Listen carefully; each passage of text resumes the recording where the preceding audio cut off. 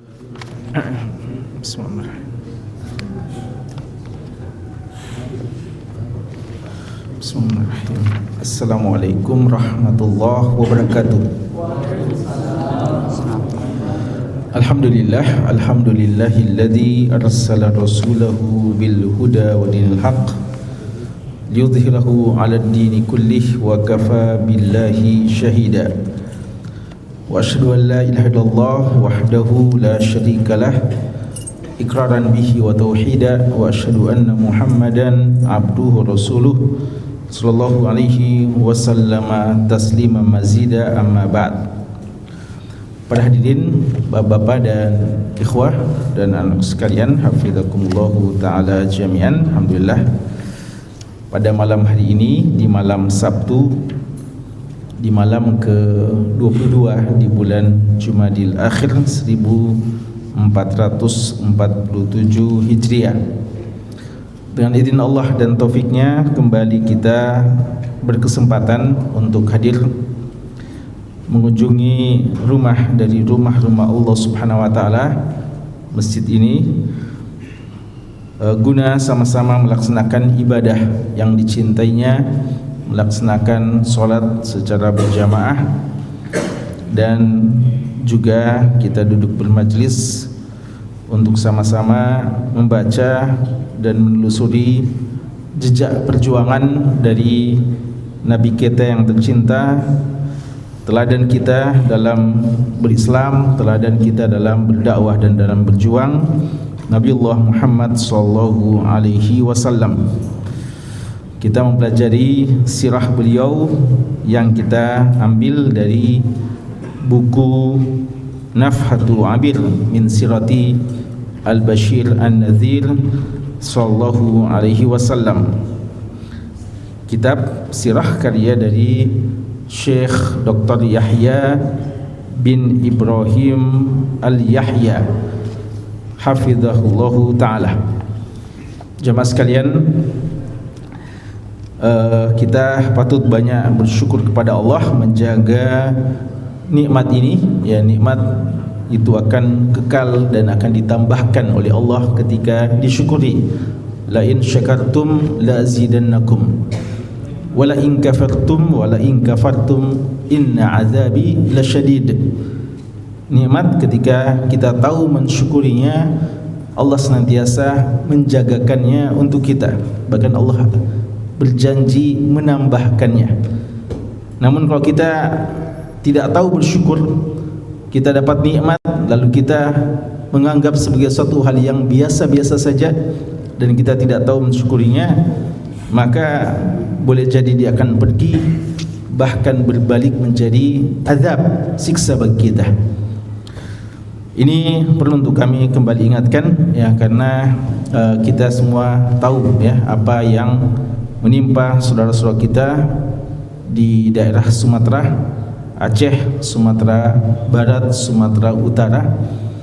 Mereka tidak mendapatkan kesempatan duduk bermajlis seperti yang kita rasakan hari ini.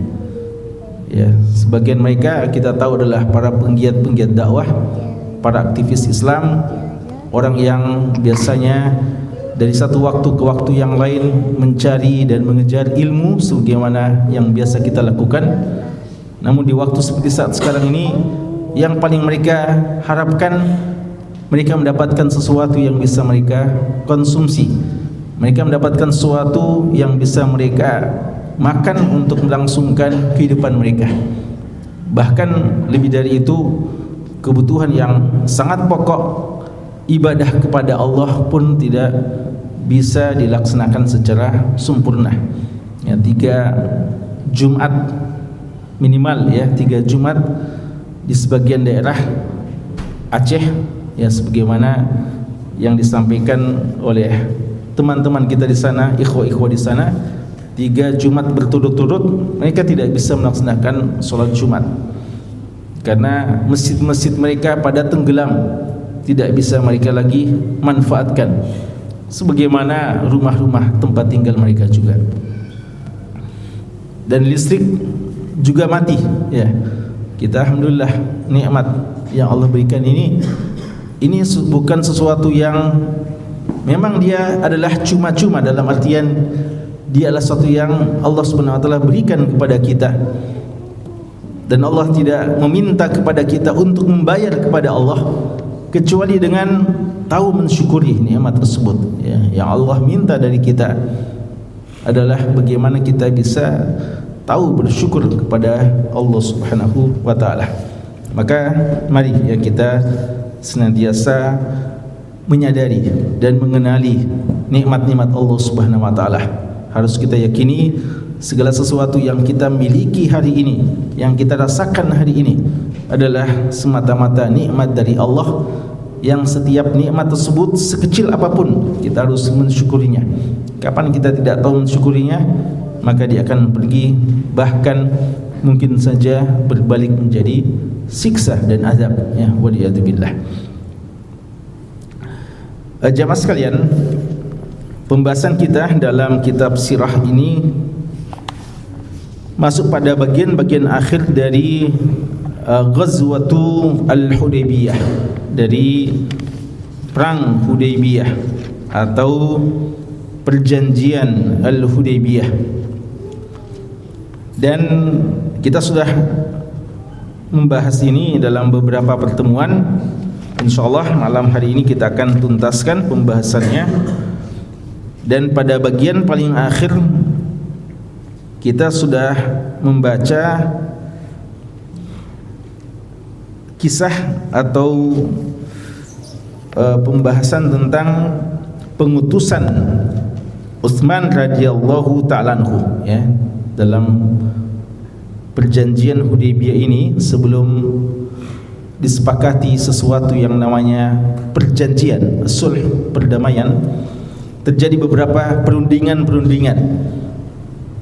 terjadi beberapa penugasan delegasi-delegasi yang datang, ditugaskan oleh masing-masing kelompok, masing-masing kalangan musyrikin dan kalangan kaum muslimin untuk menyampaikan maksud kedatangan Nabi SAW, yang datang tidak ada keinginannya kecuali mau mewujudkan mimpi yang sempat beliau saksikan, bahwa beliau dan para sahabatnya berkesempatan untuk masuk ke kota Makkah setelah 6 tahun kurang lebih mereka tinggalkan kota Makkah.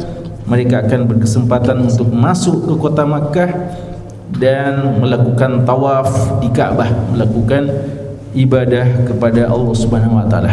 Maka itu maksud kedatangan mereka. Mereka ingin mewujudkan mimpi baik yang mereka yakini sebagai wahyu, karena memang mimpi seorang nabi adalah wahyu, pasti kebenarannya. Maka mereka datang ke Makkah dengan tujuan seperti ini, bukan untuk berperang, walaupun sebelumnya memang telah terjadi berbagai macam peperangan antara kaum muslimin dan kaum musyrikin. Tapi kali ini Nabi SAW menegaskan kedatangannya bukan untuk itu. Namun kita tahu bagaimana kaum musyrikin tidak mau menerima maksud kedatangan Nabi SAW. Terjadi beberapa perundingan dan akhirnya Nabi SAW mengutus Utsman bin Affan radhiyallahu anhu untuk menghadap kepada Abu Sufyan. Dan seorang Utsman bin Affan, seorang yang terhormat pada hakikatnya, maka ketika utus, mereka menyambut Utsman dan menawarkan kepada Utsman agar Utsman saja radhiyallahu anhu yang melaksanakan hal itu. Ya, kalau Utsman datang untuk tawaf lalu balik lagi atau mau beribadah, silahkan Utsman, tapi tidak yang lainnya.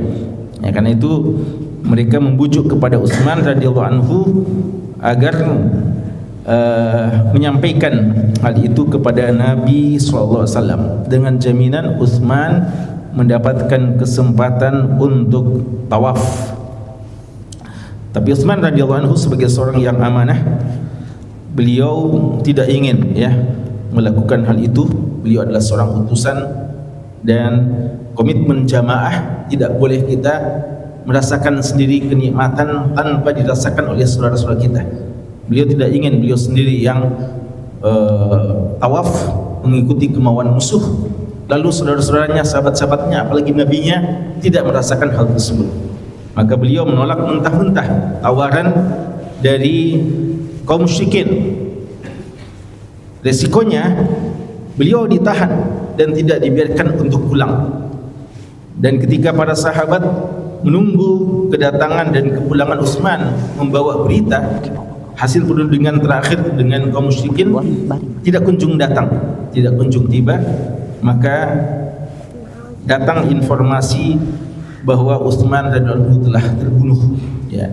Dan pada saat itulah Nabi kita sallallahu alaihi wasallam menegaskan bahwa kita akan merubah sikap kita. Kalau tadinya kita mengatakan kita datang hanya sekedar untuk mengunjungi Ka'bah dan tidak ada tujuan perang sama sekali, namun kalau Utsman dibunuh, maka kita berbaiat, membaiat Nabi SAW untuk berperang menghadapi kaum musyrikin. Kita akan masuk ke kota Makkah dalam keadaan memerangi mereka kalau memang benar Utsman radhiyallahu anhu telah terbunuh. Dan para sahabat semua membaiat kecuali seorang dari kalangan munafikin, dan Nabi kita sallallahu alaihi wasallam mewakilkan untuk Utsman diri beliau sendiri bahwa Utsman juga berbaiat untuk siap mati dan siap berjuang, siap berperang melawan kaum musyrikin. Itu pembahasan terakhir kita, pembahasan terakhir kita, dan kesimpulannya nanti bahwa ya bagian paling terakhir juga ternyata informasi itu tidak benar. Lalu datang utusan berikutnya dari kaum musyrikin. Nah, ini bagian terakhir yang belum sempat kita bahas. Insyaallah kita akan bahas pada malam hari ini. Ya, fadhal.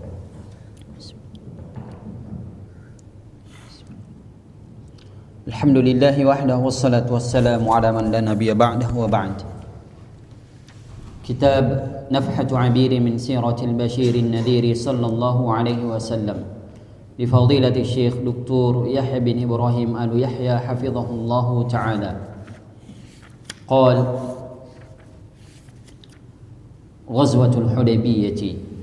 Thumma qala ثم بعثت قريش سهيل بن عمرو إلى رسول الله صلى الله عليه وسلم وقالوا ائت محمدا وصالحه ولا يكن في صلحه إلا أن يرجع عنا عامه هذا فوالله لا تتحدث العرب أنه دخلها عنوة أبدا.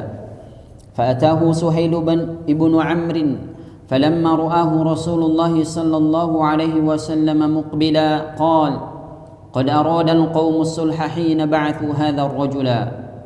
فلما انتهى سهيل إلى رسول الله صلى الله عليه وسلم تكلم فأطال الكلام وتراجعا ثم جرى بينهما الصلح. فلما التام الأمر ولم يبق إلا الكتاب وثب عمر رضي الله عنه فأتى أبا بكر رضي الله عنه فقال يا أبا بكر أليس برسول الله؟ قال بلى. قال أولسن بالمسلمين؟ قال بلى. قال أوليس بالمشركين؟ قال بلى. قال فعلى ما نعطي الدنيا في ديننا؟ قال أبو بكر رضي الله عنه يا عمر إلزم غرزه فإني أشهد أنه رسول الله. قال عمر رضي الله عنه وأنا أشهد أنه رسول الله. ثم أتى رسول الله صلى الله عليه وسلم فقال يا رسول الله ألست برسول الله؟ قال بلى. قال أولسن بالمسلمين؟ قال بلى. قال أوليس بالمشركين؟ قال بلى. قال فعلى ما نعطي الدنيا في ديننا؟ قال أنا عبد الله ورسوله لن أخالف أمره ولن يضيعني. وكان عمر رضي الله عنه يقول ما زلت أصوم وأتصدق وأصلي وأعتق من الذي صنعت يومئذ مخافة كلام الذي تكلمته يومئذ حتى رجوت أن يكون خيرا. Kemudian jemaah sekalian, kata Syekh selanjutnya bahwa akhirnya Quraisy mengutus Suhail bin Amr untuk menghadap Rasulullah SAW. Suhail bin Amr ini salah seorang tokoh ya dari kalangan kaum musyrikin, seorang yang terkenal dengan kefasihannya, kecerdasannya, dan kebaikannya. Dan beliau ini kelak masuk Islam ya. Jadi berapa banyak tokoh-tokoh mereka yang tadinya menjadi tokoh penting bagi kaum musyrikin akhirnya mendapatkan hidayah. Suhail bin Amr saat itu menjadi tokoh perundingan yang diutus oleh kaum musyrikin untuk menghadap Nabi sallallahu alaihi wasallam. Beliau belum masuk Islam di sini ya. Dan beliau nanti masuk Islamnya setelah Fathu Makkah. Ya, nanti 2 tahun setelah peristiwa ini baru masuk Islam. Mereka kaum musyrikin mengatakan kepada Suhail, "Iti Muhammad." Datangi ya, temui itu Muhammad. Maksudnya Nabi Muhammad sallallahu alaihi wasallam. Dan buatlah perjanjian dengan mereka. Jadi orang musyrikin ini ketika mendengarkan bahwa mereka kaum muslimin telah sepakat dan komitmen, bahkan telah berbaiat untuk berperang, maka mereka gentar juga. Ya, tadinya mereka yang memancing, mereka yang ingin ya untuk berhadapan-hadapan dengan kaum muslimin. Dan kaum muslimin tidak mau karena mereka memang nafsiyah mereka, jiwa mereka waktu itu hanya ingin beribadah. Mau fokus dulu, mau konsen dulu. Sudah cukup lelah mereka ya, tanda kutip, cukup lelah mereka berperang dalam beberapa momen. Ya, sudah Badar, sudah Uhud, sudah Khandaq. Sekarang mereka mau merasakan lagi ketenangan dalam ibadah. Ya, karena perjuangan mereka itu, kenikmatan yang mereka rasakan, entah kenikmatan dalam perjuangan atau kenikmatan dalam berhubungan dengan Allah Subhanahu wa taala, dalam ibadah kepada Allah Subhanahu wa taala. Mereka telah melewati jihad dan mereka juga nikmati jihad sebagai perjuangan. Tapi kali ini mereka mau menikmati kenikmatan dari bentuk yang lain, yaitu ibadah kepada Allah, tawaf dan memperbanyak ibadah di Ka'bah. Maka mereka tidak mau berperang. Namun karena dapat info bahwa Utsman telah dibunuh, mereka sudah sepakat membaiat untuk siap perang. Justru pada saat itu kaum musyrikin akhirnya gentar ya. Maka mereka mengutus Suhail bin Amr untuk berunding dan mengatakan damai saja dulu. Kita melakukan perdamaian, solihu ya. Bicara dengan Muhammad untuk melakukan perdamaian. Namun ya, wala yakun fi sulhihi illa an yarji'a anna amahu hada. Tapi di antara ya mereka tentu saja siap mengadakan perdamaian, tapi selalu berat sebelah ya, selalu untuk kepentingan mereka sendiri, selalu maslahat mereka yang mereka utamakan. Tidak jujur, tidak adil mereka. Maka di antara pokok perjanjian yang mereka mau sepakati adalah Nabi Muhammad SAW dan sahabatnya harus balik pulang tahun ini. Tidak boleh mereka lanjutkan perjalanannya masuk ke kota Makkah untuk beribadah. Jadi di antara pokok perjanjian yang ingin mereka tanda tangani adalah mereka harus balik pulang. Fa wallahi, demi Allah, kata mereka, ya karena mereka juga dulu bersumpah ya dengan nama Allah dan bersumpah dengan nama berhala-berhala mereka. Ya, jadi mereka itu dulu kaum musyrikin berdoa kepada Allah dan kepada selain Allah, dan bersumpah kepada Allah dan kepada selain Allah Subhanahu wa taala, kepada berhala-berhala mereka. Demi Allah, kami tidak ingin orang Arab akan bercerita bahwa kaum muslimin masuk dengan kegagahan mereka, masuk dengan memaksakan diri masuk ke kota Makkah. Ya, jadi mereka tidak mau kalau membiarkan kaum muslimin masuk, orang akan cerita bahwa kaum muslimin mampu masuk dan tidak bisa dihalangi sama sekali. Mereka tidak mau seperti itu. Maka mereka mau jika perjanjiannya adalah untuk tahun ini mereka harus pulang, kaum muslimin harus pulang dan tidak dibiarkan untuk masuk ke kota Makkah. Maka datanglah Suhail bin Amr, dan ketika Rasulullah SAW melihat Suhail, beliau langsung menangkap dan langsung mengetahui apa yang diinginkan oleh Suhail ya. Beliau mengatakan mereka menginginkan perdamaian ya ketika mengutus Suhail bin Amr. Bahkan dalam riwayat Nabi SAW mengatakan ini Suhail, namanya Suhail. Apa itu Suhail?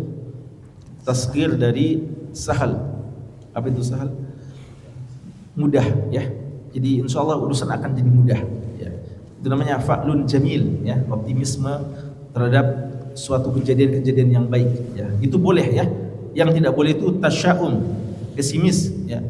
Mau keluar lalu ada burung, ini sesuatu, ya, alamat sial. Atau yang sesuatu lalu tiba-tiba terdengar suara cicak, tokek, ya, ini alamat yang tidak bagus. Atau terdengar suara kecoa, ya. Ada suara kecoa, ya. Umpamanya, karena ada orang macam-macam. Setiap sesuatu kejadian-kejadian mau dihubungkan dengan sesuatu yang sial. Ini yang dilarang dalam Islam. Yang diajurkan bahkan fa'lun jamil, selalu kita menanamkan optimisme. Ya, dikira ini Suhail, ini berarti urusan kita akan mudah, ya. Makanya memang nama itu tujuannya adalah untuk adanya melahirkan optimisme pada diri kita, dan kita mengharapkan demikian yang ada pada nama yang kita berikan kepada anak kita. Anak kita berikan Abdullah, kita harapkan anak kita betul-betul menjadi hamba Allah. Abdurrahman menjadi seorang yang sahal, urusannya mudah umpamanya, ya, dan seterusnya. Ya, karena itu Sa'id bin Musayyib bin Huzn, ya, Sa'id bin Musayyib tabi'in yang mulia.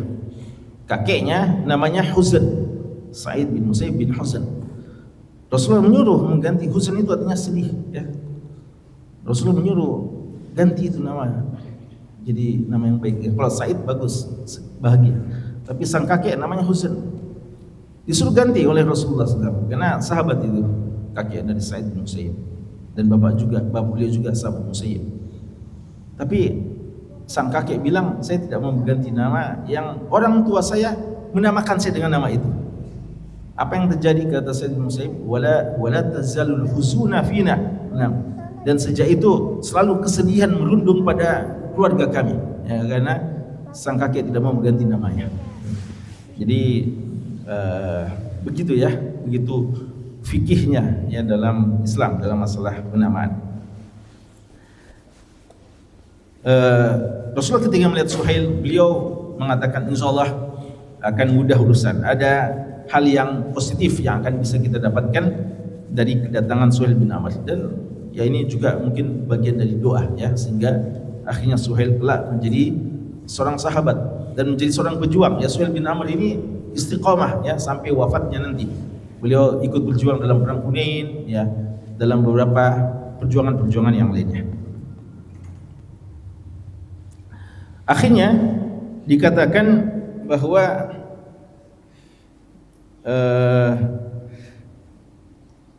Suhail berbicara kepada Rasulullah SAW dalam waktu yang cukup lama. Fa'atal al-kalam, ya, beliau berbicara cukup lama dengan Nabi SAW, dan akhirnya muncul kesepakatan, ya. Jadi saling tawar menawar, ya, dalam perjanjian, dan akhirnya menyepakati sesuatu. Ketika sudah selesai, tinggal menulis, ya, menuangkan isi perjanjian dalam satu bentuk tulisan. Dan intinya adalah sepakat untuk tidak berperang dan sepakat untuk pulang, tidak masuk kota Makkah. Pada saat itu wasabah, apa artinya wasabah? Lompat itu Umar bin Khattab, ya. Beliau tidak mau menerima ini.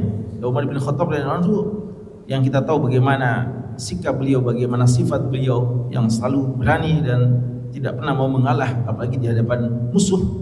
Beliau langsung lompat, langsung mendatangi Abu Bakar radhiyallahu taala anhu dan mengatakan, "Wahai Abu Bakar, bukankah dia adalah Rasulullah?" Ya, beliau sampaikan kepada Abu Bakar, "Bukankah dia adalah Rasulullah?" Kata Abu Bakar, "Iya."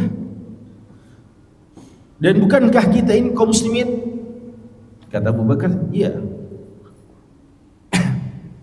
"Dan bukankah mereka itu lawan kita, musuh kita, orang Makkah itu, kaum musyrikin?" Kata Abu Bakar, "Iya." "Lalu kenapa kita mau mengalah? Kenapa kita mau menghinakan diri di hadapan mereka?" Ya, fa'alama nu'ti dunya au daniyah fi dinina. Kenapa kita mau mengalah dan menghinakan diri kita di hadapan mereka? Muhammad adalah Rasulullah, kita kaum muslimin. Kaum muslimin memiliki izzah, kehormatan, kemuliaan di hadapan kaum musyrikin. Kenapa kita harus mengalah? Karena sepertinya yang mengalah. Kita mau masuk kota Makkah, diusir, ditunda dan disuruh pulang. Kapan datang? Tahun depan. Subhanallah. Ini tentu saja dianggap kekalahan. Maka Umar sampai keberatan dengan perjanjian tersebut. Kenapa kita harus mengalah di hadapan mereka? Apa sikap Abu Bakar radhiyallahu anhu? Ini selalu ya, sikap Abu Bakar selalu sikap yang paling tepat ya. Sampai Umar bin Khattab radhiyallahu anhu, seorang yang pemimpin yang kedua setelah Abu Bakar, pemimpin yang mulia juga, namun dalam kondisi-kondisi yang semacam ini selalu Abu Bakar yang bisa menenangkan diri dan memberikan arahan yang lebih tepat ya. Sama nanti pada saat wafatnya Rasulullah ya, Umar sempat guncang ya, lalu ditenangkan oleh Abu Bakar radhiyallahu anhu. Apa kata Abu Bakar? Ya Umar, wahai Umar, ilzam ghadzahu, tetaplah bersama dengan dia. Artinya jangan kamu sampai ragu, jangan sampai kamu pergi darinya. Ini adalah kebenaran ya. Jadi seorang pengikut, apalagi kalau keputusannya dari Allah dan Rasulnya, tidak boleh ada keraguan sedikit pun, tidak ada boleh kecurigaan ya terhadap keputusan Allah dan Rasulnya. Karena saya, kata Abu Bakar, bersaksi bahwa dia adalah Rasulullah. Kata Umar radhiyallahu anhu, dan saya juga bersaksi bahwa dia Rasulullah. Saya bersaksi juga dia Rasulullah, saya tahu dia Rasulullah, tapi kenapa sampai begini? Ya, gitu maksudnya Umar ya. Saya juga tahu dia Rasulullah, tapi kenapa sampai begini keputusannya? Maka karena beliau merasa jawaban dari Abu Bakar belum memuaskan beliau memberanikan diri menghadap langsung kepada Rasulullah SAW. Ya, tadinya beliau berharap Abu Bakar yang bisa bicara kepada Rasulullah untuk mempertimbangkan pertimbangan tersebut. Kalau Abu Bakar tidak mau yang semacam itu. Abu Bakar sama'an wa ta'ah, tidak mau macam-macam dengan Rasulullah. Apa saya yang datang dari Rasulullah, terima saja. Tidak usah kita ragukan, pasti itu kebenaran. Maka Abu Bakar tidak mau pergi ke Nabi SAW. Akhirnya Umar memberanikan diri menghadap langsung kepada Nabi SAW. Apa kata Umar? Beliau mengatakan sama dengan tadi. Wahai Rasulullah, bukankah engkau Rasulullah? Ya, sampai gitu beliau bilang. Ya, betul engkau Rasulullah? Ya, bukankah engkau adalah Rasulullah? Rasulullah mengatakan, iya, saya Rasulullah. Ya, Rasulullah bisa menyikapi Umar ya dengan sikap yang bijak juga. Bukankah kita kaum muslimin? Ya, kita adalah kaum muslimin. Bukankah mereka kaum musyrikin? Ya, ya, mereka adalah kaum musyrikin. Kenapa kita mesti menghinakan diri di hadapan mereka? Jadi itu sudah menjadi kaidah umum yang mereka yakini bahwa al-izzah lil muslimin, az-zillah lil musyrikin. Itu sudah menjadi satu kaidah dan manhaj dan pegangan prinsip bahwa kita yang mulia. Dengan segala keterbatasan kita, kesederhanaan kita mulia di hadapan mereka. Maka seperti ini kita kayaknya ngalah, tidak pantas. Apa jawaban Nabi SAW? Rasulullah SAW mengatakan, Ana Abdullahi wa Rasuluh. Saya adalah hamba Allah dan Rasul Allah. Dan saya tidak akan menyelisihi perintah Allah, dan Allah tidak akan menyia-nyiakan saya. Ini penegasan dari Rasulullah bahwasanya keputusan saya ini bukan ijtihad pribadi, tapi ini adalah arahan wahyu yang datang dari Allah, dan Allah tidak akan mungkin menyia-nyiakan saya. Mendengarkan hal itu, ya, jadi tampaknya Umar ini sempat berpikir jangan-jangan cuma ijtihad. Dan dalam masalah ijtihad seperti ini, kadang tidak apa-apa diberikan masukan, ya. Jadi seperti waktu memberikan masukan tentang apakah kita ini berangkat pergi perang Uhud atau tidak, menjemput kaum musyrikin atau tidak, atau kita tunggu saja di kota Madinah. Kan sempat itu Rasulullah minta pandangan, ya. Juga tentang bagaimana kita apakan dalam menghadapi kaum musyrikin. Lalu muncul usulan apa? Khandaq. Itu kan biasa, ya. Jadi dalam persoalan musyawarah, tidak mengapa kita berikan usulan-usulan kepada Nabi SAW. Dan kayaknya Umar menyangka seperti itu. Namun ketika Umar sudah mengatakan ini datang dari Allah, ketika Nabi kita SAW sudah mengatakan ini datang dari Allah, saya tidak mungkin menyelisihi keputusan Allah, dan Allah tidak akan menyayangkan saya, maka Umar bin Khattab tidak bisa berkata apa-apa. Beliau akhirnya menerima. Bahkan beliau mengatakan, sejak itu saya selalu memperbanyak puasa, memperbanyak sedekah, sholat, dan memerdekakan budak, karena kekhawatiran apa yang saya lakukan pada hari itu, kelancangan saya memprotes, ya, seakan-akan beliau menyampaikan protesnya, seakan-akan keberatan kepada Nabi SAW. Maka sejak saat itu saya sangat khawatir terhadap diri saya. Jangan-jangan saya ini telah batal amalan saya, melakukan dosa yang sangat besar karena lancang untuk menyampaikan keberatan saya di hadapan Nabi SAW. Maka sebagai kafaratnya beliau memperbanyak ibadah, beliau memperbanyak puasa, sedekah, ya, memerdekakan budak, sholat-sholat sunnah dan yang lainnya. Dan saya berharap ya itu menjadi kebaikan bagi saya dalam artian Allah mengampuni perbuatan saya tersebut. Ya.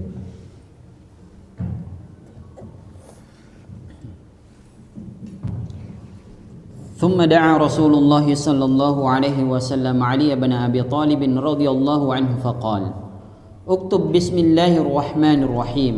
فقال سهيل لا أعرف هذا ولكن اكتب باسمك اللهم. فقال رسول الله صلى الله عليه وسلم اكتب باسمك اللهم.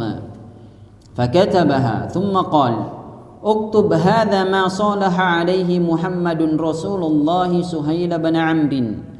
فقال سهيل لو شهدت أنك رسول الله لم أقاتلك ولكن اكتب اسمك واسم أبيك. فقال رسول الله صلى الله عليه وسلم اكتب هذا ما صالح عليه محمد بن عبد الله سهيل بن عمرو.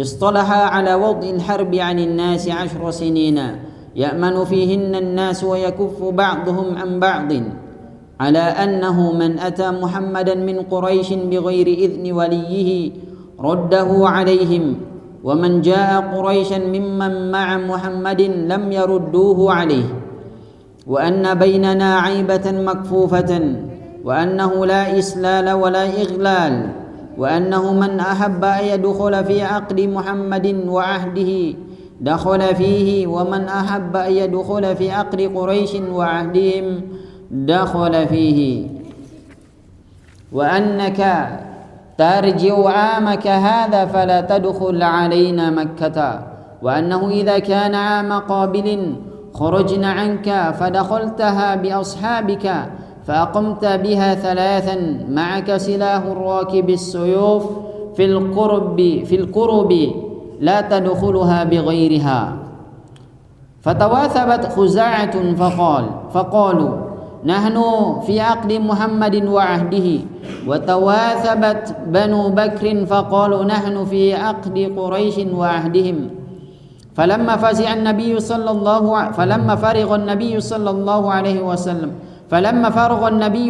الله عليه وسلم من الصلح قام إلى هديه فنهره ثم جلس فهلق رأسه.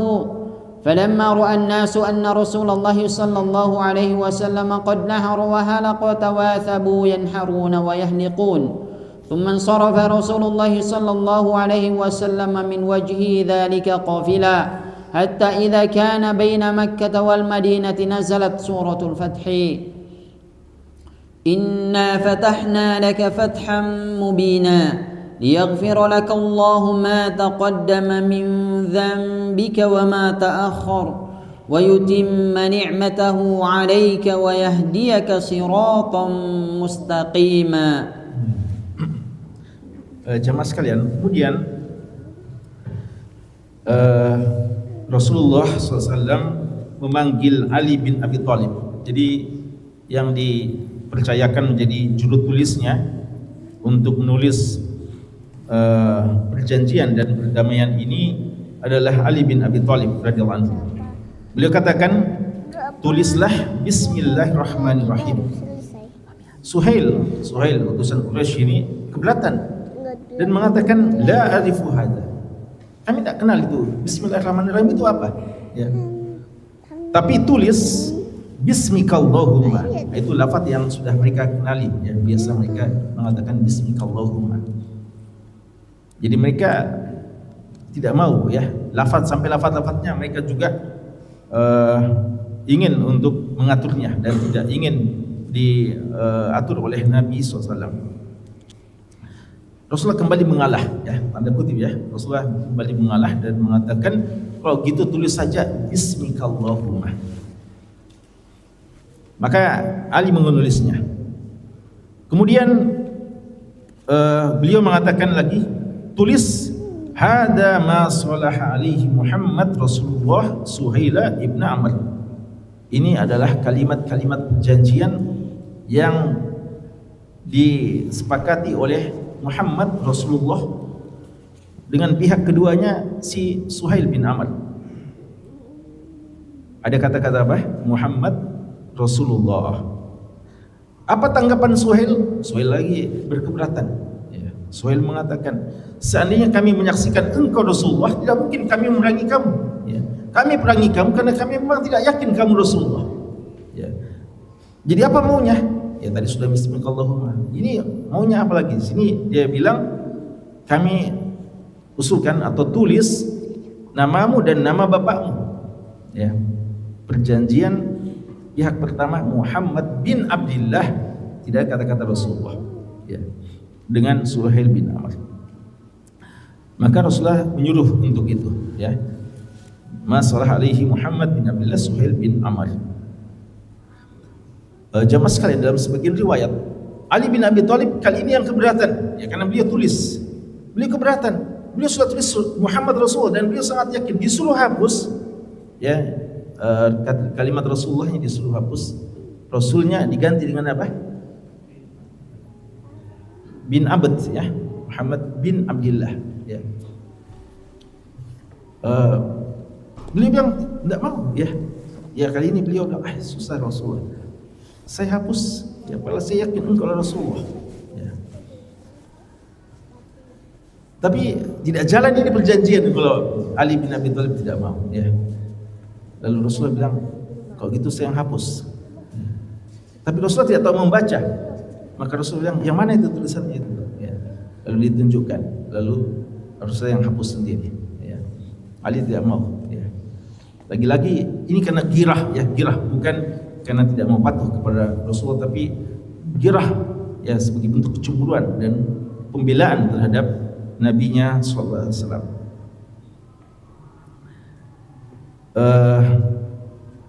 Apa isi perjanjiannya? Isi perjanjiannya adalah menghentikan perang selama 10 tahun. Ya, selama 10 tahun. Ini subhanallah, ya, 10 tahun. Kalau 10 tahun itu berarti sampai wafatnya Rasulullah tidak ada peperangan. Ya, tapi begitulah. Mereka musuh selalu dengan mudahnya buat perjanjian, lalu dengan mudahnya juga membatalkan serta mengkhianati perjanjian. Dan tidak ada peperangan sama sekali antara mereka. Dan siapa yang mendatangi Nabi Muhammad dari kalangan Quraisy, orang Mekah yang mendatangi Rasulullah ke kota Madinah untuk masuk Islam tanpa izin dari walinya, keluarganya, harus dikembalikan, Namun sebaliknya, siapa dari yang datang kepada Quraisy dari kalangan umat Nabi Muhammad sallallahu alaihi wasallam, kalau sudah ke Mekah tidak boleh dikembalikan. Ya. Ini kembali, ya, terlihat berat sebelah. Dan di antara mereka tidak boleh ada, ya, tidak boleh ada hal-hal yang aib di antara mereka, yang tidak ada boleh saling mengganggu, tidak boleh ada saling mengambil harta, dan siapa yang mau masuk ke dalam perjanjian Nabi Muhammad, ya, di bawah naungan Rasulullah, silakan masuk ke sana. Dan sebaiknya siapa yang mau ikut dalam akad perjanjian Quraisy dan masuk bagian daripada mereka, maka masuk kepada mereka. Dan di antara butir perjanjiannya adalah kaum muslimin harus pulang dan tidak boleh masuk Mekah tahun itu. Dan tahun depan boleh masuk. Di waktu yang sama, tahun depan ini, tahun depan betulan, ya, dalam artian 1 tahun harus menunggu, ya. 1 tahun. Bayangkan, ya, Hindu yang begitu membuncah, ya, untuk masuk kota Mekah tertahan dan tidak boleh, ya, dan harus bersabar 1 tahun lagi. Dan bagaimana nanti ketika mereka datang? Nanti tahun depan jika mereka datang, maka orang Makkah memberikan kesempatan untuk mereka masuk dan mereka keluar, dan memberikan kesempatan berada di kota Makkah selama 3 hari, 3 hari saja, ya, 3 hari. Padahal ya 3 hari saja, ya. Jadi visanya cuma 3 hari, ya. Padahal visa sekarang bisa berbulan-bulan, ya, bisa. Dan juga bersamanya silahul rakib as-suyufi al-qurub, dan harus senjatanya itu harus senjata yang dibawa, senjata yang masuk ke dalam tempatnya, artinya tidak boleh dengan senjata yang terhunus, ya. Jadi tidak boleh menampakkan senjatanya, harus aman. Kedatangannya 3 hari itu memang betul-betul untuk ibadah dan tidak boleh ada kegiatan-kegiatan yang lainnya. Maka setelah itu mendengarkan perjanjian itu, Bani Khuza'ah mengatakan kami bergabung dengan Iqad Muhammad, dan Banu Bakr mengatakan kami bergabung dengan Aqad dan Ahad dari Quraisy. Dan sebagai tindak lanjut dari perjanjian ini, Nabi SAW beliau langsung menyembelih hewan-hewan sembelihan yang sudah beliau bawa sejak awal, ya. Beliau bawa hewan sembelihan sebanyak untuk sebagai isyar sejak awal bahwasanya kami datang ini bukan untuk berperang, kami datang untuk ibadah. Dan karena tidak jadi, dibatalkan, maka disembelih saja, ya, dibatalkan hal tersebut. Dan juga beliau mencukur rambutnya, halq, ya, mencukur habis rambutnya. Maka ketika sahabat melihat hal tersebut, mereka melakukan hal yang sama. Ini ringkasan sebenarnya. Dalam riwayat yang lebih panjang, ketika Rasulullah melakukan itu, para sahabat ketika Rasulullah pada awalnya langsung menyuruh sahabat untuk melakukan itu sebagai bentuk apa? Tahallul. Belum waktunya sebenarnya, tapi tahallul karena tidak bisa masuk, ya. Maka dibatalkan saja, disembelih dan dicukur. Tapi para sahabat waktu disuruh belum mau, ya. Ini sahabat juga masih gimana? Akhirnya Rasulullah masuk ke kemahnya dengan rasa sedih bahwa para sahabatnya ada kesannya agak membangkang. Disuruh cukur tidak mau. Ummu Salamah radhiyallahu anha yang membersamai beliau pada saat itu menghiburnya dan mengatakan mungkin bukan tidak mau tapi ingin contoh, ya. Maka Ummu Salamah menganjurkan kepada Rasulullah untuk duluan melakukan hal itu. Maka usulan itu diterima, beliau langsung cukur rambutnya dan melakukan ini, dan para sahabat beliau mereka pada berlomba-lomba melakukan seperti itu, ya. Sampai dikhawatirkan hampir mereka, ya, sampai melukai kepala mereka karena mereka begitu bergegas bercepat-cepat untuk melaksanakan apa yang dilakukan oleh Nabi SAW. Jemaah sekalian, pulanglah para sahabat, dan dalam perjalanan pulang ini kalah atau menang ini? Kalah atau menang? Kelihatannya kalah. Tapi subhanallah, dalam perjalanan pulang turun firman Allah, Inna fatahna laka fatham mubina, ya.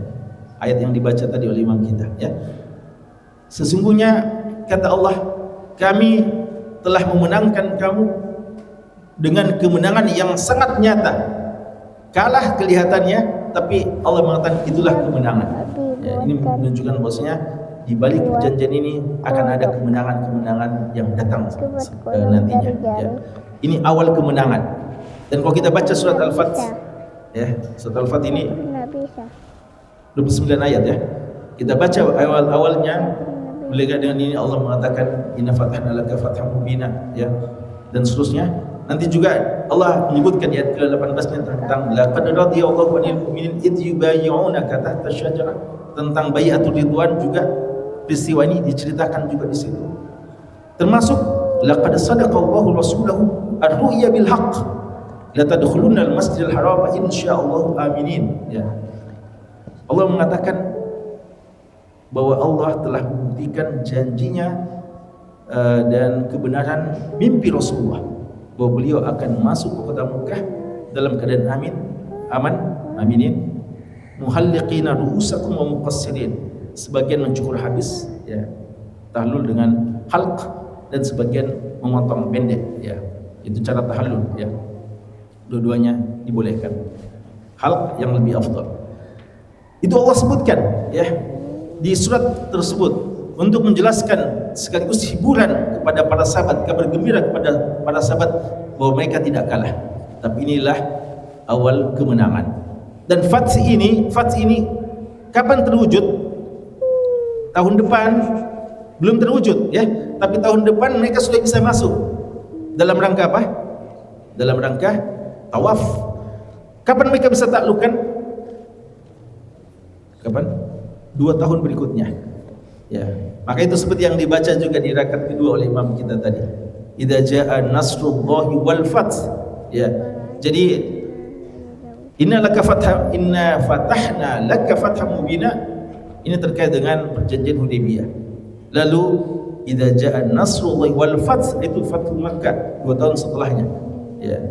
Allah Subhanahu wa taala akhirnya memenangkan ya kaum muslimin, membuktikan bahwa perjanjian ini justru mendatangkan maslahat yang sangat besar, bahkan itulah awal kemenangan ya.